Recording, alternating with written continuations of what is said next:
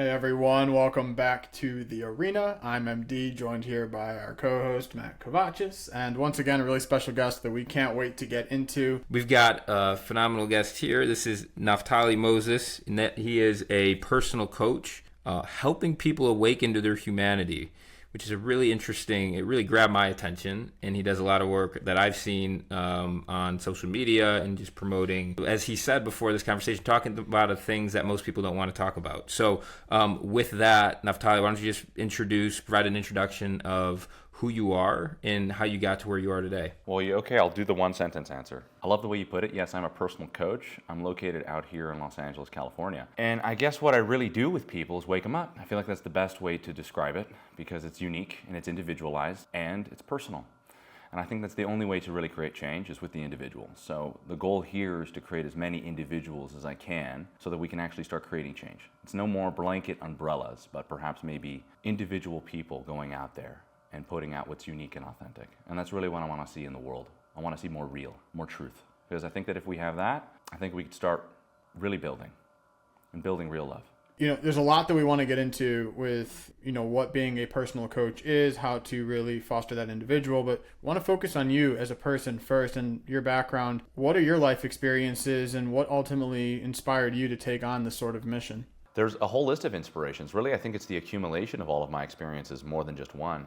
I really think you consider who your parents are, the family that I was raised with, 7 brothers total, even being born religious Jew, all of those things had a serious impact on my life and where I wanted to go with my life. And I think about it now and it's like, okay, well, what was the main factor? What would I really say it is? Really that I was raised with a family that instilled strong values. And that was something that really started making me go out into the world, and I realized that most people can't communicate. Most people don't know what they want. And if most people already lived in the reality that they wanted, regardless of their profession or craft, couldn't even ask for those things from other people. So I kind of realized that most people are sleeping. They're not really living with a purpose or any kind of meaning in their life. Really having to wrestle for food with older brothers that are probably going to have it their way over your way, well, that was a big factor in my life. And I also really think that, dating in the 21st century is a unique experience.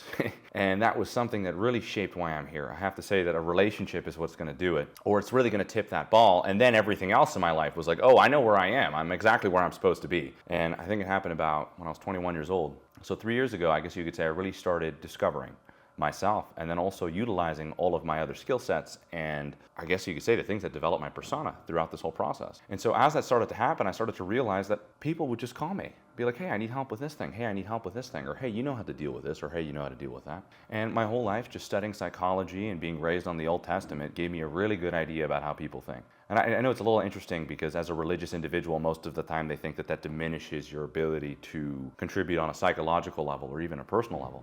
I really think that it shaped the way that people think as a whole. So the most beautiful thing is I was given the framework to just go out and already help people as it is. So you mentioned 3 years ago you start this like you mentioned discovering yourself. What does that process look like? How are you doing that? What's coming up? Like what's coming up emotionally as you're going through this process? Just talk through that whole journey. I think it starts off with this dying need to be recognized, a little bit like an inferiority complex. Being the youngest of 7 or 6, really one didn't make it past away at a young age. There's this need to be seen, this need to be recognized, and most importantly, you got to have a voice. This was never something conscious for me until I was about 21. And I think that when it became conscious, it's when it started to hurt more when I didn't do things for myself. It's when it really started to sting when I would do things that were clearly destructive. A lot of things started to open up for me when I no longer looked at life as it's something that it needs to interact with me more than I'm trying to really interact with myself in life. So there was a big frame shift that happened when I was around 21, and it happened after a relationship. And I think that was one of the things that allowed me to wake up. And this wake-up call was very interesting because I immediately started to gravitating towards growth. I'm sure you guys have had that too, somewhere in your 20s, where a click happens. And it's everything that you've been taught to chase, to run after, is irrelevant. It's not the money you make, it's not how tall you are, it's not how muscular you are, but it's genuinely what is this question about what is life at all? And so I guess that started to happen on a personal level. I started to become far more introspective. I started to look more into my past. I started to look more into my behaviors. I started to see why I was so destructive as a person. What really started waking me up is realizing what a sick motherfucker I am. And I really don't think that most people are aware of that until they see what they do to other people. I just needed one relationship. and a little bit of being a boy to realize that this is not the path of a man. And this is not the path that I want to choose in my life. So of course, when the crisis happened, it was like I could open my eyes and see for the first time. Now, the wild part is although you might think that's comforting, it's actually the inverse. It wasn't very comforting. When I saw what I had to do for myself, I was scared shitless, and I started disassociating like this. I tried drowning myself with as much work as humanly possible. 3 years ago, I was working as a trainer. That's why I got really good at people. I would just practice psychology on people that I was training, and it's great. Zero accountability. If I give them bad advice, I'm just the trainer, right? But if I give them good advice, well, I'm the trainer who gives good advice. So they made me really good at just helping people. I would just practice with them, and then a whole list of things would come to the surface. So there's a certain point where throughout this whole process, after that breakup, there was just a lot of pain. And by the way, it wasn't just one breakup, it was a series of breakups, really, and just heartbreak, heart-wrench, and relationships that couldn't last, not even with women, but with my friends. And the most wild part is that even in the religious community I was in, there was no solace. There was the same shit going on there. And so I'm left being a unique individual, because we all are, whether you like it or not. There's authenticity in every single one of us. And then you're also left with what you have to do for you, and how nobody in history has ever done it before, and that you're going to be the first to do it, and everybody's going to have to say something about it. So that's where I was at. I was losing my shit, because after that relationship, it hurt when I didn't do me. It stung, and I was looking to just take as much work as I could. I was working from 6 a.m. to 11 p.m. And then, of course, when nobody wants to just work with you because you're becoming a soulless robot, that's when everything after that started to come closer and closer. I started to realize my dark nature, my manipulative nature, part of me that was like a sexual animal, and I think a lot of men are never in touch with this, that every single one of us is. And I had to integrate all of that in the heart of a religious community where, hey, if you're that guy, good luck getting set up with the neighbor's daughter, because that's not how it's going to work. They want the safest, weakest little guy that they'll set up with their cute daughter. And that's the crazy thing, and that's what I was raised with, as fascinating as it is. And so throughout this whole process, I started realizing, oh my God, there's so much responsibility. And this is like the first time, and it wasn't like I heard it from anybody else. It was a deeply intuitive process. It was an instinctive process, and I really think that would put me into that place is how much it hurt to be where I was at. It hurt so much. I couldn't stand living another day as that lie that I was for everybody else. And one day I heard this voice in my head, and I can't really explain it other than just like an absolute divine realization. As I woke up and I heard this voice, and it said, "Are you a good person?" There is nothing in my whole life that made me more pale and more shocked simultaneously. It is also responsible for where I am right now, because I realized that I was not a good person. I just wasn't a bad one. And I really think that for somebody who really puts morality where it is and values family, love, truth, hard work, purpose, I wasn't living my true life. And I think with that, I experienced all the consequences. Thanks for sharing all of that. And I want to connect back to the desire for recognition. I actually read a book recently, that Adlerian Psychology. I don't know if that's maybe where you're getting that from, but you spoke about how it showed up for you. And maybe you have more concrete examples there, but I want you to help with people who listen to this. I want people to be able to recognize their desire for recognition and how that shows up in the world. And maybe we can focus on men, generally speaking, but maybe help in part, like what are some of the more common ways that that shows up in people? You're going to hate this, but this is actually, what you're talking about is not a small conversation. There's a few things that people have an absolute need for. Whether they like it or not, they will get it either on a subconscious level or a conscious level. And the ways that you go about and get it are going to be determined by the value system that you have. Because there's really no reason to strive towards greatness unless there's a value or belief that you have that is about challenging yourself so that you can see what you can do in the world. So what I often notice is that men have this very big split, that they either like this or not. And I was reading this book the other day, and it was profound. A profound line in it that really blew my mind. And it was that men become exceptionally destructive when they don't feel useful. Now, the kind of destructive that we're looking at now isn't physical or external as you think. It's actually very deep and personal. The majority of suicides are men. If men don't feel useful in a society, they begin to become self-destructive. And if you eventually eliminate what men are useful for, you begin to destroy society within its own bubble.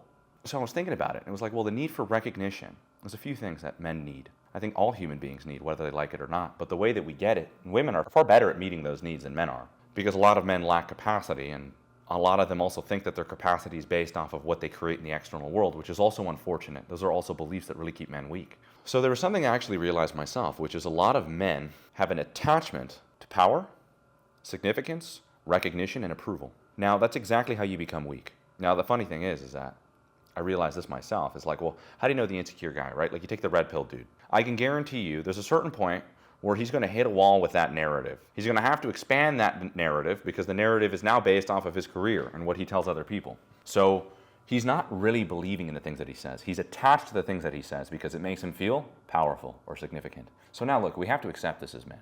And I mean this. It's a dark thought. It's a dark realization because you're going to have to start putting yourself out there, which means that you're going to have to stand naked with all of your authentic needs and desires, and that you're going to have to be the one that backs them up. Nobody else. Not mom or not dad. You're going to have to be the one that does it. Now, the beautiful part about this is you don't have to do this alone. And I promise, when you don't do it alone, you create a brotherhood. And when you create that, you open a pathway towards purpose and meaning in your life. So a man really needs to ask himself an honest question. And I think men need to be very, very honest with themselves. Because if they don't think that they are absolute monsters, and every single one of them is, I don't care how you paint it, and it's something it'll provide a lot of peace for men when they accept that their dark nature is very, very deep. And that you can't run from the parts of yourself. And that if you think that you can be this nice guy and exist in reality, not only are you wrong, you'll become one of the most manipulative men, and you won't even know it. So, the worst part about a man that represses the need for power and significance and recognition is that he gets it on the back end. And people can do that through victimization, right? Which is a big thing. I'm sure that you guys deal with that a lot. But have you noticed how they can actually utilize that to get your attention, your recognition, and your approval through pity? And now the same thing goes through power. When they can do that long enough through enough people, eventually they start realizing how manipulative they are. Or if they do, which is kind of what happened to me, you start waking up and you go, hey, well, why the hell would I want to manipulate my friends? Manipulate these girls? Or even play this character so that I get my needs met? Do I want to be strong? Do I want to be bold? Because that's courageous. And that is desirable across the board for men and women. Because it's truthful, it's honest. And so, like growing up, you don't really get that. You know, you're tossed in a room full of boys and girls and they're all clueless. Everyone's clueless about what they are. And then they grow up and then they realize why certain people turn to drugs, other people become sex addicts. Some people are just constantly seeking attention, and others are looking for the safe bet in everything in their life and never discover who they are. It's just about wanting more and raising your standard. And it's literally that simple. That you could want it on the back end, or you could start testing yourself by making a fool of you and getting rejected as many times as possible until you do. And I think that's a beautiful place to go because that's actually where you discover who you are. Everything else and every other alternative is most likely an excuse. So, I mean, that was all very eloquently said. You mentioned like you were looking at yourself and you're like, I'm not a bad person, but I'm not a good person. Mm-hmm. What does a good person look like? What is a good man? What makes a good person? What I've noticed is if you need to say that you give charity, that's a great indicator that you're probably not a bad one. And I often notice that's what most people gravitate towards. It's like, oh, I do things for others. Remember that whole framework I was showing you before about attachment? Like, do you do things for others because you connect to that act of kindness, or because it allows other people to see you as that guy and that makes you feel recognized? That makes you feel significant. So at the end of the day, goodness is a fascinating concept. And like, what makes a good man? And what exactly is goodness? And it's like, well, goodness doesn't exist if you're unconscious. It's just a product of survival because people like it more, especially if you're a weaker type. It's much easier to be nice, right? So really, like, goodness is something that revolves around your level of consciousness about yourself. You know, the person that's truly being good is the one that's aware. The one that's most likely being manipulative is the one that's just like, hey, I'm being good. I'm doing the things that everybody says is good. And it's like, well, how about you start with yourself and start integrating the parts of you that make you fake? So I think it starts with the first thing, which is be real, right? Most people were real. They'd be composed of darkness and a lot of unauthentic and perhaps a lot of weak and unintelligent and not perfect. And then once you look at it at that point, you start realizing, well, to be a good man is, well, I'm going to have to lead myself to salvation. How about let's start there? And I realized that it starts with being selfish. There's a level of selfishness that a good man has that truly makes him kind.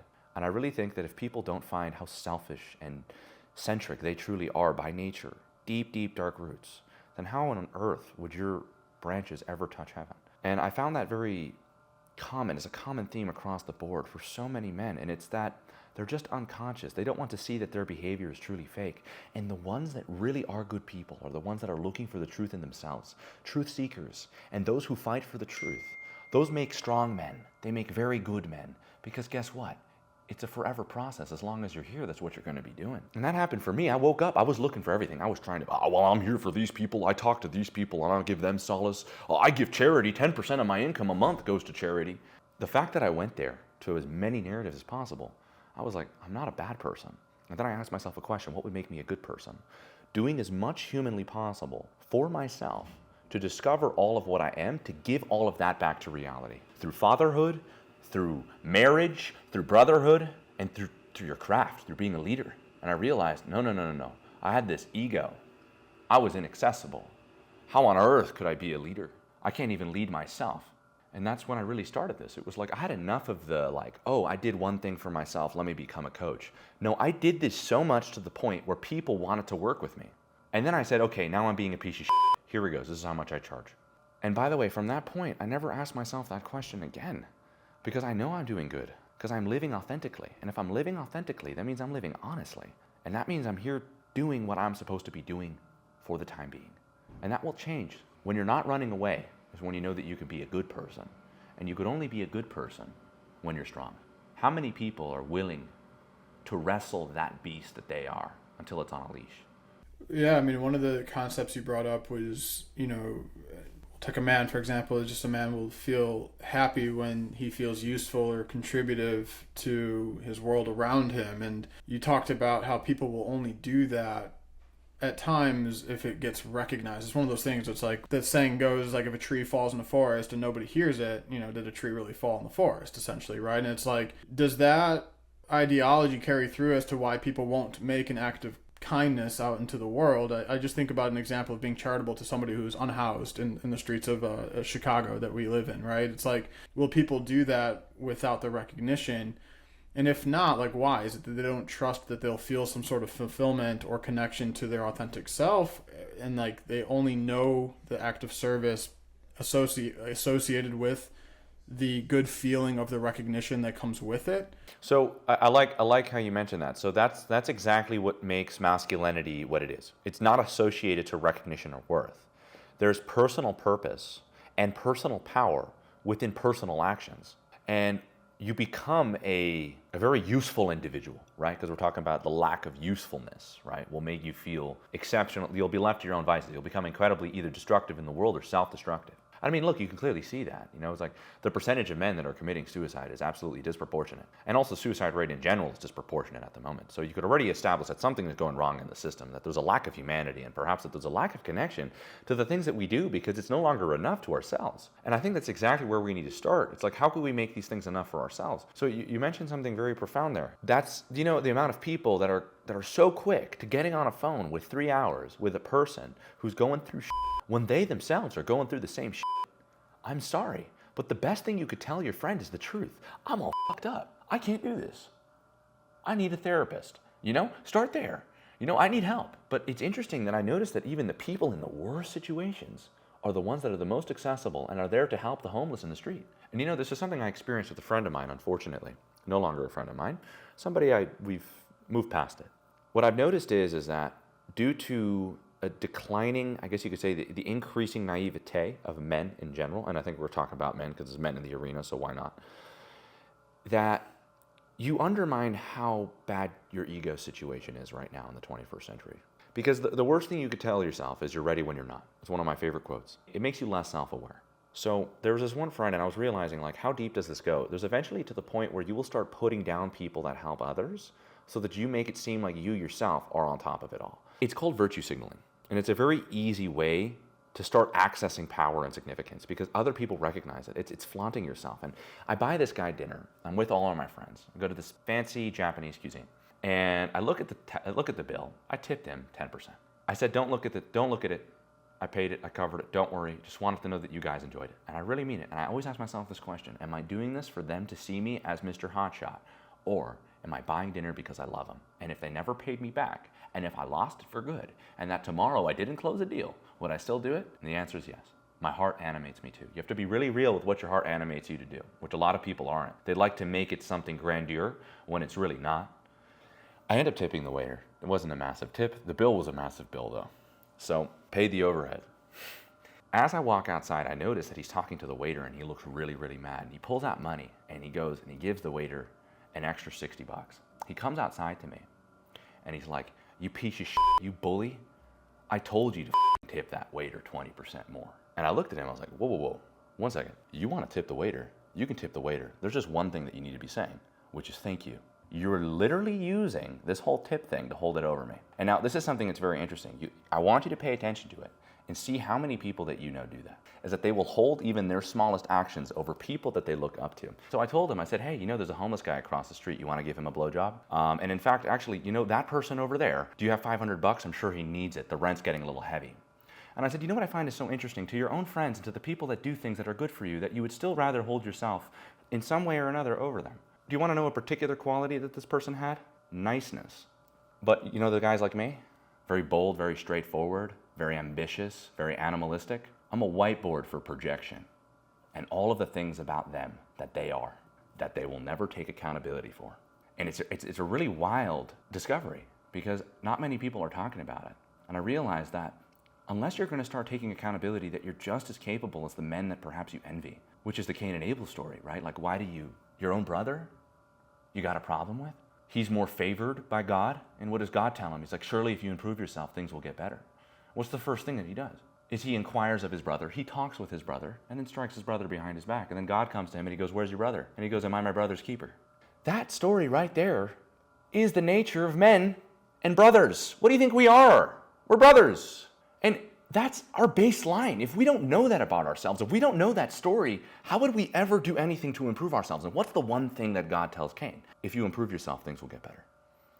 And so really at the end of the day is that these things need to be checked. An inferiority complex not communicated to those around you with enough vulnerability and compassion will create a manipulative motherfucker on the back end. But when you have an open space to communicate, everybody understands these things about one another. Hell, we're protectors. And I think that comes with a lot of capacity. And then when we start to create this kind of open conversation about what we are, we're no longer butterflies and dandelions and rainbows. We're human beings with deep, dark nature and tremendous complexity. And that we do this together. And when I noticed I created that, not only for people in my group, but everybody stops to no longer reject what they are. We start to work together. And I've seen something called harmony. Do you equate that, and are you therefore then very intentional about only establishing what we would call maybe horizontal relationships and breaking down and away from vertical relationships where there is that sort of inferiority complex? Oh, absolutely. You're looking up to somebody, somebody's praising you, etc. And this is something that I've noticed. The higher I've gone up in the status, people project onto you more, and your circle gets smaller and smaller. Now, this only happened to me once I created something. It destroyed my egotistical paradigm where you had that linear thing, the dominance hierarchy, where if you're here, you can't communicate here unless you're here, and then you guys can see eye to eye. What I ended up doing is realizing how you treat the people under you. There's the people that you want to be like, that give you all the validation that you need. And then there's the people under you who are like these, not quite enough for you, but they give you all your validation. But then there's you in the middle alone. And that's the thing about the linear, is you're alone, right? That's not a fulfilling life.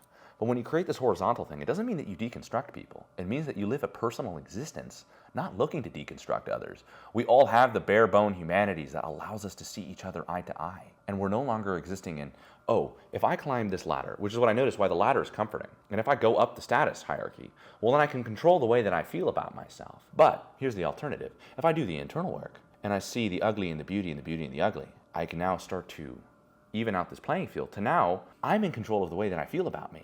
That's a lot of responsibility. When I realized that, I was like, oh no, let me go back to scaling my business, right? And then you're like feeling good about yourself for the next 5 minutes. Or you're like, let me go approach 6 girls because I can do that and nobody else can. And then you're realizing like, oh my God, the way that I feel about myself, can I just hear it once? You disgust me. That's the dialogue that's running through so many men, is they can't even sit alone with who they are, more or less even give themselves the bare bone acceptance to feel worthy of love for themselves before they have to go ahead and go about some monkey performance to get it from somebody else. Like, that's not something you should really be cautious of. You even out the playing field, right? You start to interact with people on a plane. The dominance hierarchy doesn't exist anymore. I'm not climbing it because I want people to see me. I'm engaging with that system because there's more of me to be discovered there. And if it wasn't, I wouldn't go there. And I think a lot of people have a hard time accepting that, is that you need to know what you are so that you can be effective wherever you are. But sometimes it's not always what your ego likes to hear, is it? Very well said. So how do you help, when you coach people and through your content, how do you help people go from like a victim mindset, very simply put, to more of a growth empowered mindset? Like, how do you help people like discover and unlock that version of themselves from within? Yeah, well, it's a good one. Well, one of them is you got to talk to them. You got to meet them where they're at. Most important thing, general information helps everybody, but nobody. Specific information is what's really going to help people, because the people that are really struggling, you have to make sure where they're at. So there's a few things I consider, like when I'm going to go help somebody, is their sexual behavior is a very, very important factor of an individual. A lot of their creativity is there. A lot of their personal power is there. And also see how honest they are with themselves. Because if they're watching porn all day and they're telling you that they want to get a hot girlfriend, you're like, we have a lot to work on an internal level before you could even go out in the world. Because if you're going to go out in the world with my conditions, it's going to be incredibly intimidating. So I think it's just really, it's personal, right? You listen to people, you see where they're at, you meet them where they need to be met. My God, man, you might have to realize that some people don't need a full refurnishment, and also some people don't need to know all the answers. They actually need to learn to live with grace. And then there are some individuals, and the ones that victimize the most are the hardest to help. And I'll tell you, the biggest victims are people pleasers and performers. They have something to say about everybody except themselves. And they are always innocent in every altercation. I find that too damn convenient. So I start there. I kind of like to see a little bit about the person's persona. And I often notice that the people that victimize the most are the least connected to their own aggression and their sexuality. Because if they were, they'd actually stand up for themselves. So it's often very interesting is that the victim is the most snake-like. They're hyenas. They're not quite lions. They're going to go for the crumbs, and when it's there, they're going to be vicious. So this is something very interesting. I brought one of my clients over for a Shabbat dinner. Shabbat's like Thanksgiving once a week. And I was there with my family. My mom thought this guy was so sweet, really adorable Christian guy. Good looking too. And his whole life, everybody was this demon or Messiah. And I was like, interesting. There's something very convenient about that too. And I also noticed that his personality was repressed. And I was like, well, how did I notice his personality was repressed? He got everything he ever wanted all the time whenever he needed it. Spoiled, really. And then one day, I see him talking to this one girl, and I said, hey, you guys had chemistry. You think she's cute? And immediately, he didn't go from not my thing. He went from, there was no aggression or emotion, to complete and total psychopathy, and sliced up that person, talking about, oh, no, she had tits like this, her skin was like that, oh, she had weird hair. I was like, whoa. 1 second, dude. We got a lot of work to do. And he's like, well, what do you mean? And I said, you went from sweet, nice guy to complete and total psychopath. And there's no humanity in between. So in relationship to the whole Shabbat thing that I was talking about, my mom was like, he's the sweetest kid I ever met. Let me tell you what happened a few days later after doing some of this work. I realized that he was missing a component that a lot of men demonize. Remember, the men that you feel inferior and judge a lot are just parts of you that you end up rejecting because you don't want to be like, because you want to be this safe bet. You want to be this silent, sneaky mother. And it's a very common thing. It's like, whether you like it or not, as two men, you're either capable or manipulative. Because if you're capable, you're very forward. And if you're not very forward, well, you're passive. And if you're passive, I'd watch out because you have a hidden intention. And I'm only saying that because that's true. And I've never seen it not be the case. So we're doing this one-on-one work. We're doing this deep dive, a lot of shadow work prior to this big session that we had together. And his rejection of his father was the narcissistic type, the capable type, the spokesman, the good-looking guy, the multiple women kind of guy, right? And he rejected all of those parts of him. And I always found it very interesting that the victim immediately rejects the things that have the harshest implications about them.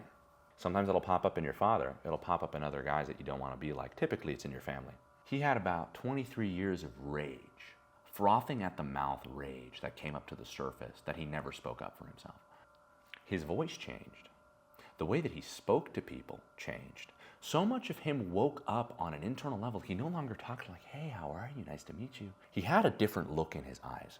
He would always judge the guys like me who would go up to the girls and talk to them and spin them around and take them off the dance floor or take them back home. You guys want to know something crazy?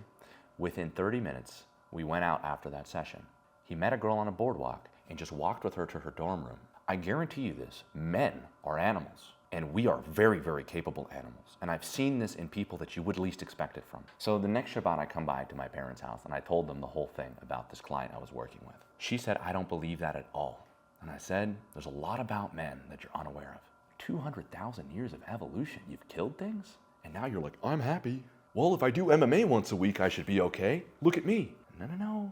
You gotta see something. And it's, when you direct that towards good, you build like this. Because you look at the amount of alcohol out there, the amount of marijuana out there, the amount of suppressed rage out there, the amount of people pleasers out there. We're not even talking about the people on antidepressants. That's over 130 million Americans prescribe that. So now you're like kind of getting a little concerned about, and also the percentage of obese Americans too, like There's clearly something we're drowning right now, and it's that. I did that. As somebody who even had access to it, I did it. And you're telling me that people who won't do that to themselves? They absolutely will. And they're going to be the first to pay for it. I at least have the leeway and flexibility and family and blessings to do that. Not many other people do. So that's exactly where I go. I go to the part that nobody wants to go with themselves, because how the hell are you supposed to do that on your own? It's the what you don't know. That takes a tribe, and that takes trust. And that's exactly where I start and where all change happens. And it starts with trust. That not only me or the other people that I have on my team that are going to be able to help people discover these parts of themselves. And the best part is, it's a lot of fun. I go out with them. We go to places in the world. We go out in the real world. We're interacting with people, guys, girls, situations that are always so specific to the person. And I think it's awesome that we can do that in our day-to-day. Because Target isn't Target when you're an intentional person. It's another place to experience things for yourself. I'm curious, like, give me an example. Like, you mentioned going to experiencing different things for different clients. A target's not a target when you're intentional. Just provide some more context on that.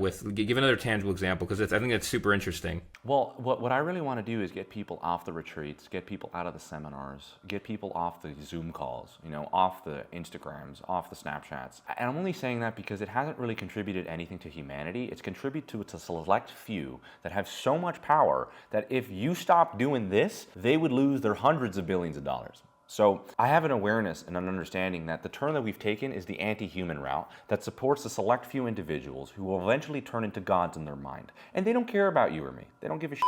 And they don't care about the people that are suffering. Because it's a very easy device to go ahead and remove your existence instantly. So for the framework that I created, and it's not something that I lived by, is realizing that if you live an intentional life, you're truly living a divine life, where a target no longer becomes a target. And so, for example, I took my client out. I could just use this particular one that I used. We had a retreat out in Malibu, a one-on-one situation. But it's in Los Angeles. I didn't take you to the forest because your problems aren't in the forest. They're actually in the city, right? And that's where you need to be. You gotta be where people are if you want to change the world. It sounds romantic, where you could run off into a forest with the love of your life and think that you won't get BPD and an alcohol addiction and still scroll on TikTok. You absolutely will.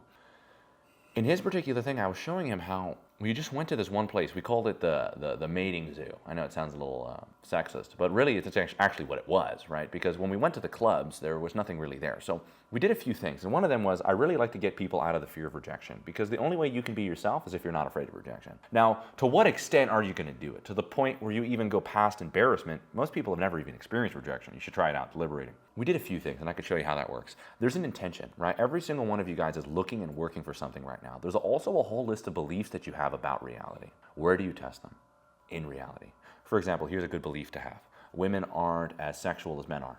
That's going to be a really fun belief to break, isn't it? Especially if you believe it's right. Right, here's another belief that's really fun to break. I can't make money. You want to find out? It's going to be fun, and guess what? It's going to be antagonizing. And the reason what's going to make this hard work is not because it's hard to make money. It's because it's really hard to investigate the parts of yourself and the value that you have associated to wealth. You do this with others. If you're willing to open your mouth, I promise you this, you're willing to change your life. If you're willing to play the fool, you're willing to stumble on greatness. And so we did a few things, and one of them was, as I realized, okay, yeah, we got to get this guy out of his bubble. He has a lot of these beliefs, and let's bring them out into reality and let's challenge them, right? Oh, rejection is like the absolute, I'll get destroyed. That was what he had. And I said, oh, really? We went to a goth club, and at a goth club, if you're a Midwestern Christian boy, your likelihood of getting any girl's number is going to be 0. And so we're at this goth club, and he's looking at me with a smile. I know the goth club. I know what goth girls like. I kind of was an emo kid growing up. So it was a place for me, but not for him. And he's like, dude, you're right. I have nothing to lose here because we're not the same people, right? And so just in that instant, he broke that belief around rejection. And he started approaching every goth girl there, and they were rejecting him like as if it was, like, you ever think about it? If a Jewish Orthodox girl met a Hollywood movie star, she'd reject him in an instant, and he'd be like, what, I'm not good enough, right? And I realized that, we're not for everybody. And so once he realized that, he's like, well, I'm for me. Let me go do me here. He started dancing like I've never seen a man dance before. He didn't care. He wasn't looking for anybody's approval, so the goth club already got him out of it. And then I said, now let's take the goth club into the regular mall that you go to in Malibu. And he was also really working on one thing, and a part of him was like a white knight. He'd stand up for a lot of destructive feminine behaviors. And I'll tell you this guy's story if you're down to do this. I really think that this would be actually quite insightful for a lot of people. So we go out to this one bar, and there's this girl there, and he's already now like, his approach anxiety is gone. His fear around rejection doesn't exist anymore. It's no longer about seduction. It's never been about seduction. It's been about his authentic expression to feel good, right? Let's start there. And then you might become seductive, and that makes you capable. Now you got to have a system of values so that you're not a piece of shit, right? It's kind of simple framework. So we see this one girl at the mart, gorgeous blonde. And I look at him, and he looks at me, he smiles, he comes up to her, and he starts talking to her. By the way, just to let you know, this was a guy that was traumatized by these kind of experiences. You see a little bit of intention? It wasn't deep psychotherapy. It was changing the belief that was ingrained in you by perhaps your parents, your teacher, the rabbinical authority, the Catholic Church, and you have to be the one responsible to fight against the falsehood, because that's what we are, warriors, right? And we're gonna fight against bullshit, whether with swords or with pens, but you better be ready, because you're gonna have to be a confrontational son of a bitch. So he's now talking to this girl. I'm noticing that she's not flirting with him. She's going for it. And I'm like, woo! Oh, damn, she's got all gas. And I'm sitting in the conversation with her. She introduces me. And there was this sexuality that was just for everyone. She was just immediately taking it there. And that was also another thing for him, which is, what is the thing that a lot of men reject about themselves? Is, well, they live in a reality where women are these goddesses that they don't desire what you like. Actually, what you like is disgusting. And so he already opened up with his sexuality. He didn't start the conversation up and about, hey, you like the weather today? He mentioned something about her energy and her femininity and about how like she looks like a sex goddess, right? Immediately went there, which a lot of men are afraid to do because they reject it every 5 minutes, right? And then of course that picked up the sexual spice in the conversation. And I see she picks her hand up and she goes like this and she has a ring that's the size of this SD chip. And I go, you're married.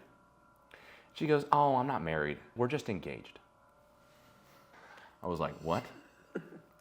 And it's interesting, and I'm here with my client. Remember, this is just the first few days of our program. Watch how specific that interaction was to the things that he was attracting and needed to learn in this process.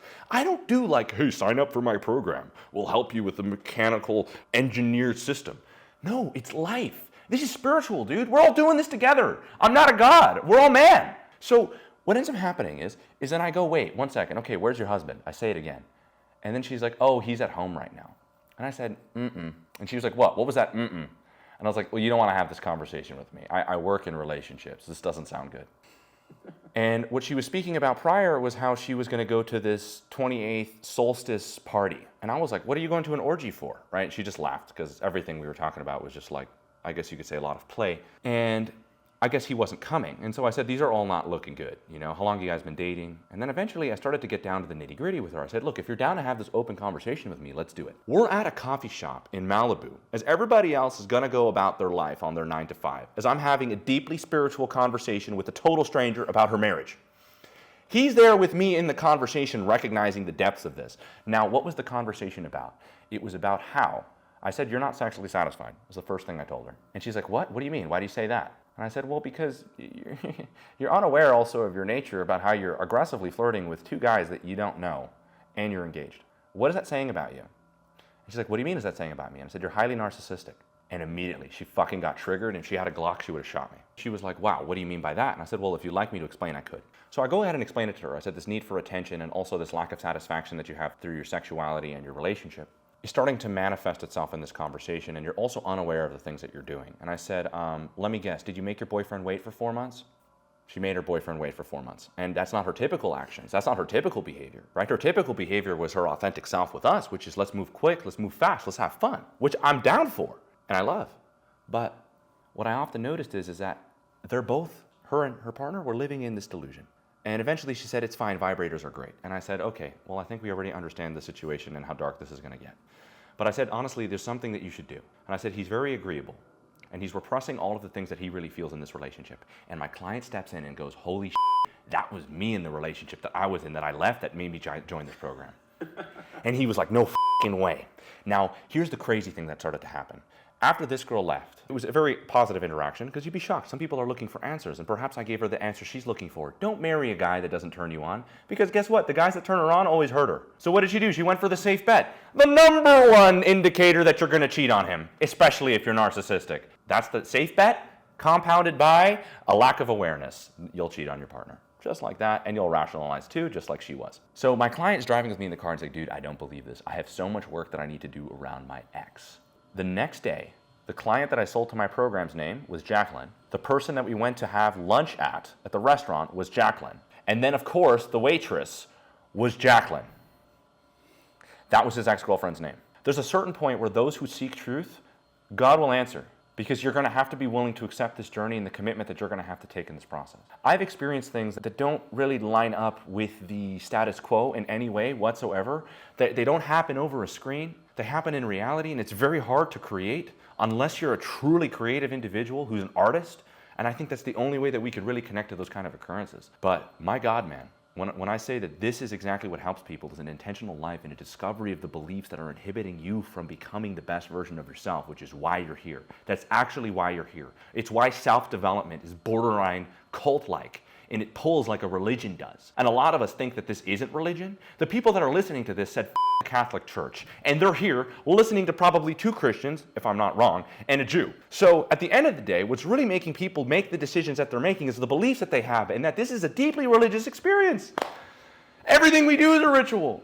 And here we are, talking about wisdom, right? It's what brings people together, is that there's clearly this like godliness within us that does this. So really my content is borderline spiritual, but psychological simultaneously, and human. And that's the way that I like to keep it. So, I mean, one, this client surrounded by Jacquelines can probably write you a priceless testimonial. Yeah, you can see it. So if you haven't already gotten one, it seems too good to be true. But I wanted to ask, because there's so many different branches of knowledge I feel that you're pulling from. So if somebody listens to this conversation and they're like, hey, this guy is singing to me right now, I really want to just crack open a book and dive further into this. Like, what's the first book we open up? Who's like some of your top influences in terms of where you're getting this outlook from? I'm asking selfishly, but I also think that I'm doing a service to anyone who listens to this conversation. God bless you. I love how you said that, man.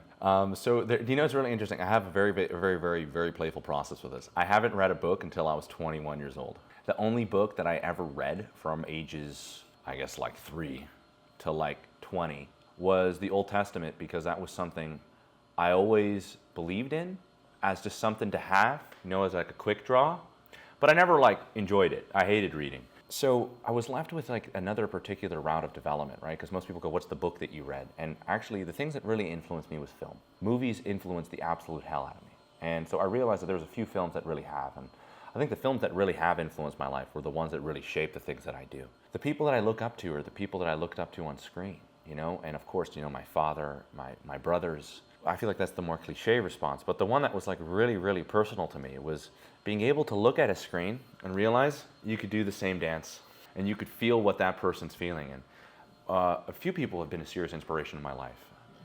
On a philosophical level, of course, you can just say that Jordan Peterson was somebody that made you realize that psychology is kind of badass, right? And personal development and self-help isn't always run by con artists. You said something earlier about where Jordan Peterson popped into my head. I'm like, oh, he either got this from Jordan Peterson or he listens to Jordan Peterson, because I picked up on it. Yeah, I mean, for sure, I have a lot of influences there. Matthew McConaughey was a serious influence in my life. When I came out of my relationship, I had like easy personality split, where like every single past trauma that ever happened didn't exist. My voice stopped 3 decibels. I started sounding like Matthew McConaughey. Dude, I was going to say you sound like Matthew McConaughey. He's insane. I didn't know what it was, but I'm there COVID 2020 with my legs crossed, and I'm watching this dude, and I'm like, no way. I'm in love. And I didn't know what was happening to me, but I was being hypnotized, genuinely hypnotized by the person. I didn't know. Not everybody's like Matthew McConaughey. I want to be like him. It turns out he's also a professor. So I'm like, well, that's interesting. You know, Carl Jung had a serious influence on my life. The religious work I've raised with, the Old Testament, is probably the only book people should ever read. And I'm not saying this on a religious perspective. I'm saying this if you want to understand something about humanity as a whole. You'll also be deeply inspired, because that is the book of books. It's inspired every other story as you know it to this day. And I found that very interesting. I modeled myself after a few characters that really helped me grow personally. Ryan Gosling from Stupid Crazy Love. That movie allowed me to realize, hey, you got to tap into that part of you. You got to see that. Sean Connery in the original James Bond. There was nobody more charming, with fewer words, with more grace. You know, a man on a mission still knows how to play. That was a very essential part of my life. Robert Downey Jr. is one of those people that somebody never experienced so much adversity and so much authenticity simultaneously. The guy got paid $500 million to be himself. And even watching the movie Interstellar, those films are divine works.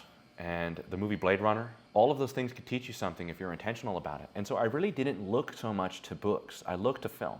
And film really spoke to me.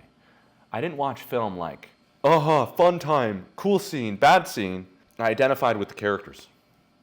I didn't judge them. And I realized how much like the characters I am, because why would it speak to me unless there's a part of me that resonates with the character? So then when it comes to books, there's a series of books, but I really think that those were more of just cherries on the top than the things that really influenced me and inspired me. The things that really changed my life was looking at the people that I wanted to be like and taking it into the real world. Like when I started playing Robert Downey Jr., I'd wear the colored lenses. And eventually it actually started to sound like him. I actually mimicked a lot of him. It was like kind of crazy, but when you need Jarvis to get you on a call because you're all booked up with clients, you just got to do what you got to do. So although it's acting, and this was something for me that my dad taught me, I realized that that's more true about us. We're all actors. And actually, you just need to act like you. And that's the hardest role to play. And that you can find these sub-roles throughout your life of who you need to be. And then I was like, okay, put the McConaughey away. He's becoming protective, right? Oh, that's too much Robert Downey. You became an egotistical maniac. All right, way too much James Bond. You're in a fantasy now. So opposed to like picking up the books and reading, I want you to look at the characters that you've looked up to. And you might even feel weird about it. You're not like, okay, why am I looking up to Iron Man? And you're like, well, a part of me is highly capable, very arrogant along with that. Not everybody looks up to the same characters, and that's the crazy part that we're not accepting here. These are stories, and those stories, you don't just need to read them, you need to experience them, you need to feel them. Books allow you to feel things. Information is not what we're looking for. What we're looking for is elevated emotion. And the only way you can access this elevated emotion is what I believe is through playing the characters that you resonate with, that are secretly you. Got it. So, because at first it sounds like you're just picking parts of the characters you like and you're building this Frankenstein of a person, but then it's like, then that further disconnects you from who you are. But really you're identifying with, deep down, you're identifying with certain qualities of these characters. And so in some ways it's maybe even helped validate or create visibility for you to truly understand and see yourself for who you really are. That's exactly it, right? And now, so for opposed to the classic framework of you pick up a book, you got to read it, the most difficult things to do in life is to wear the suit of the man that you want to be. I don't know if you guys ever seen the show Lucifer. I've heard of it. I've seen maybe an episode. Well, he's quick, he's funny, he's sharp, and he's seductive. And I was like watching the show, of course, during this breakup. It was like I was being secretly hypnotized by God. I promise you. Nothing happens by accident. Look at your life. You didn't waste it. I promise you. You have everything you ever needed if you're awake today, which is why I focus on one thing, waking people up. Because then they're like, okay, well, what do I got? Well, I got everything that I need. And that's exactly the point. You had everything that you need. So I watched that show, and it was something interesting is that I wouldn't like, okay, let me go read a book. What I said is, okay, let me play the devil. Why? I was doing shadow integration. So I had an intention, bring out the darkness. Well, what's the embodiment of the darkness? The devil, right? That's represented in the duality alongside with God. So there's not complete total darkness. And I'd wear the suit, all black. It was an Armani suit. I went out and bought it. I didn't have $1,000 to spend, but I did anyways. And then I bought myself the shoes that he wears too. And I went out every night wearing that. And it was something very interesting is that within a couple weeks, I met this girl who I dated for 4 months, who was quite literally the embodiment of my shadow. So you can go and pick up your journal. I just promise you, there's far more sex on the other side of what I'm talking about here. There's far more love. There's far more friendship. There's far more connection. There's far more adventure. And there's a lot of friendship along the way. Because nobody wants to do this alone. I didn't do this alone. I had a friend at the time that was a Peter Pan that was willing to take it anywhere. But my God, through a little bit of acting and the appropriate film to watch, you walk into life with inspiration. The necessity for art is like the necessity for beauty in women. If that begins to deteriorate in a society, the quality of men deteriorates. If the quality of art deteriorates, our society deteriorates. If the true determination of the society is through its art, I think it could be one of those philosophers. But somebody said that, not me. That's really what we're looking for is inspiration. And honestly, information is overrated. It's so overrated. I read Carl Jung's psychological types and then all of his books. People couldn't understand me when I spoke. I felt in my mind so cool right now. But brother, I was ineffective with people. I wasn't Naftali. I turned into Jordan Peterson. And then I started losing people. I started losing clients. I was literally talking about the archetypes. Like, who the okay, that was his thing. I like archetypes too, but I like the modern symbols because I relate to the modern symbols. And so now I take a little bit of perhaps that Peterson-esque feel to it, and I bring it into the things that I really connect to. And that's the thing that's most difficult in life. It's the things that's never been done, the things that you connect to. And your ability to realize that is where all your success is going to come from. Really realize that you're responsible for your life. And let's start there. You know, there's so much emotions that you could take into your day for action. And I did this, and I started feeling more, so much. I felt old at 21, but at 22, I was the oldest I was ever going to get. I froze in time.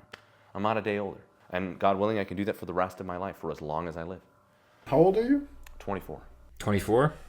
All right, because you just said like 3 years Simple ago, math. 21. Yeah, okay.